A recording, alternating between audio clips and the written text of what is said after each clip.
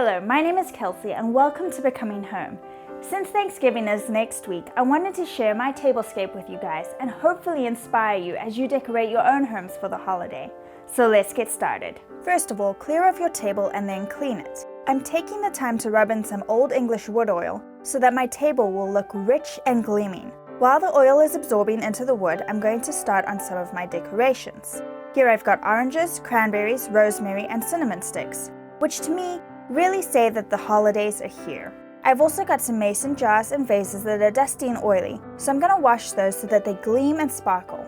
Take a mason jar and insert a slice of orange, a sprig or two of rosemary, a cinnamon stick if you like, and a handful of cranberries. Then fill it with water. All the cranberries rise to the top, giving you this neat little spot to place a tea light candle. I'm going to make about 4 more of these jars for my mantle, and I'm also going to do the same thing for this vase, and probably use it on my table. I did this last year for the first time and loved how they turned out. They also lasted a long time without discoloring the water or the fruit. They're just so festive, colorful, and a really easy and inexpensive way to make a statement. Next, I wanted to show you guys where I've been brainstorming for this table before I put it all together. I think it really helps to have all the elements in one place, so you can start to get a feel for how everything melds together and what you might need to add or take away. One of my issues this year, and I think an issue that a lot of younger people may have, is that I don't have a full set of 6 matching plates or glasses or napkins. I have 4 of the blue rim plates, 4 of the brown glass goblets, 4 of the copper mugs, and a couple of white plates, a bunch of red napkins but only 4 blue napkins, and so on. But I don't have the money to spend on new sets of tableware, and even if I did, I'm not sure I'd want to waste it just to achieve some sort of Instagram or Pinterest standard. I knew I wanted to use what I already had on hand, but mix and match it in a way that still looked cohesive and beautiful. So I played around with the elements and searched my cupboards for other items that would add interest to my tablescape. Now I did spend about $100 on additional elements for my table.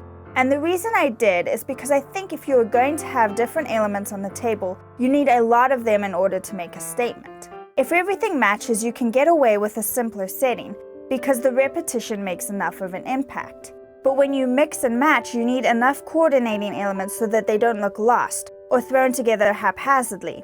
It takes more effort to make it look like you did something on purpose when you're mixing and matching. However, everything I chose to buy, I made sure that I knew I'd use it again. I wasn't going to waste money on something that I'd only use once. So I got some additional white pillow candles and some navy blue taper candles because you can never have enough candles. I got 2 new candlestick holders. I ordered some copper napkin rings off Amazon because I needed to bring in more copper accents to tie in with the copper mugs. I also bought a copper candle and the gold accented candle holder. The centerpiece candle holder is actually 2 brass wall sconces that I picked up at an antique store and eventually mean to DIY. I just tied them together with some twine and voila! An interesting candle holder that stands up.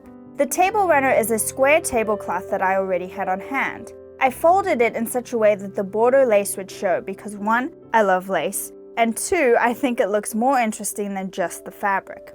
I picked up a spray of magnolia leaves at the craft store for half off to add some greenery, and I surrounded one of my candles with cinnamon sticks because I've been dying to try that out ever since I saw it on Pinterest a couple years ago. Once you've got everything on your table, it's just a process of moving things around and trying things out.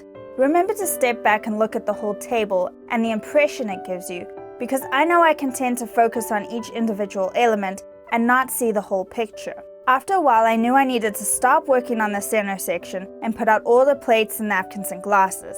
They are definitely a part of the decor, so don't ignore them. Once I had all the tableware out, I was really liking how the table looked overall, but I still wasn't completely satisfied with the center section. It needed more oomph, more flair and drama. So I decided to add in some leftover oranges, tie together some little sprigs of rosemary and cinnamon, and of course, add the final touch, a multitude of tea lights. Now it was perfect. I love the statement it makes from a distance, and each individual element gives it interest up close. I think I did a good job of coordinating the different copper and gold accents, the mismatched plates, and the different color napkins. I love the sprigs of rosemary and cinnamon, and the bright pops of color from the cranberries and oranges. My goal was a cohesive, festive, and beautiful table, and I think I achieved that. What do you guys think? Let me know in the comments. How are you planning on decorating for Thanksgiving? Do you have any delicious dishes that you can recommend? Check out my traditional Thanksgiving potato casserole here and try your hand at a festive pumpkin pie by clicking here. Don't forget to like this video and subscribe if you haven't already. As always, thanks to everybody out there watching and supporting my channel, and cheers for now.